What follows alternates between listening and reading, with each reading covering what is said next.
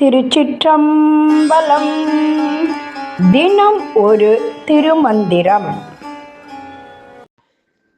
திருச்சிற்றம்பலம்.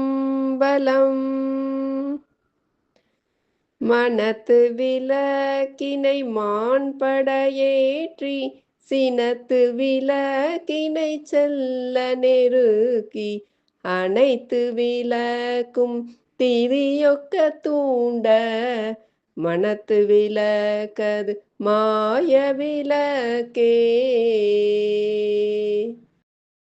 திருச்சிற்றம்பலம். மனத்து விளக்கினை மாண்பட ஏற்றி என்று தொடங்கும் பாடலை இப்பொழுது காண இருக்கிறோம். மனத்து விளக்கினை மாண்பட ஏற்றி என்று கூறுகிறார். நம்முடைய மனம் என்பது என்ன? ஒரு விளக்கு போன்றது. அந்த மனமாகிய விளக்கில் அறிவு என்னும் தீபத்தை பெருமையுடன், அதாவது மாண்புடன் ஏற்ற வேண்டும். அதாவது அறியாமை என்னும் இருளை நீக்கி தெளிவு பெற வேண்டும்.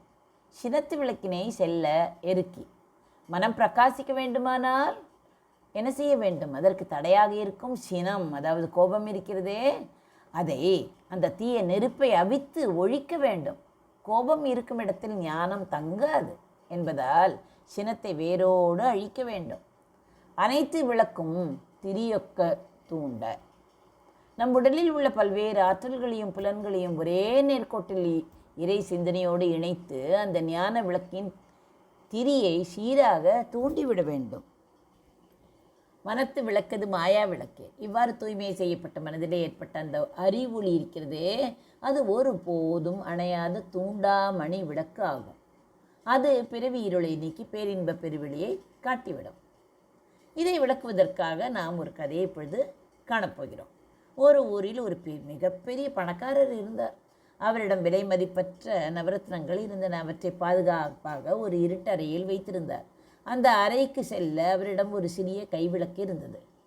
ஒரு முறை 3 திருடர்கள் அந்த அறைக்குள் நுழைந்து விட்டார்கள். முதல் திருடன் யார்? சினம். அவனிடம் ஒரு பெரிய தீப்பந்தம் இருந்தது. ஆனால் அவன் ஆத்திரக்காரனாக இருந்தான். அந்த அறையில் இருந்த பொருட்களை தட்டிவிட்டு தீப்பந்தத்தை இங்கும் அங்கும் வீசியதில் அறையில் புகை மூட்டம் சூழ்ந்து விட்டது. அவனுக்கு புதையல் கண்ணில் படவே இல்லை. இரண்டாம் திருடன். இது யாரை குறிக்கிறது? ஆசை புலன்களை குறிக்கிறது.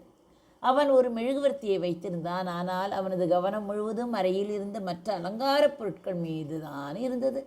எதை எடுப்பது என்ற குழப்பத்திலேயே அவனது மெழுகுவர்த்தி கரைந்து அணைந்து போனது.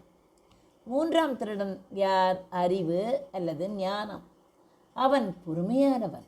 ஒரு சிறிய அகல் விளக்கை மெதுவாக ஏற்றி புகையில்லாமல் திரியை தூண்டிவிட்டான். நிதானமாக தேடி அந்த புதையை அடைந்து விட்டான். சரி, கதை சொல்லும் பாடம்தான் என்ன? நம் மனமும் அந்த இருட்டு அறைதான். உள்ளே சிவம் எனும் புதையில் இருக்கிறது. நம்முடைய கோபம் என்ன செய்கிறது? புகையை உண்டாக்கும் தீப்பந்தமாக விளங்குகிறது. அது உண்மையை மறைத்து விடுகிறது. நம்முடைய ஆசைகள் என்பது சீரற்ற மெழுகுவர்த்தி. அது சீக்கிரம் அணைந்துவிடும். ஆனால் திருமூலர் சொல்வது போல கோபத்தை அடக்கி, அதாவது சினத்தை சுருக்கி, சினத்தை எருக்கி அறிவை சீராக தூண்டினால் திரியொக்க தூண்ட நம் மனத்திற்குள்ளேயே அணையாத ஞான ஒளி தோன்றும்.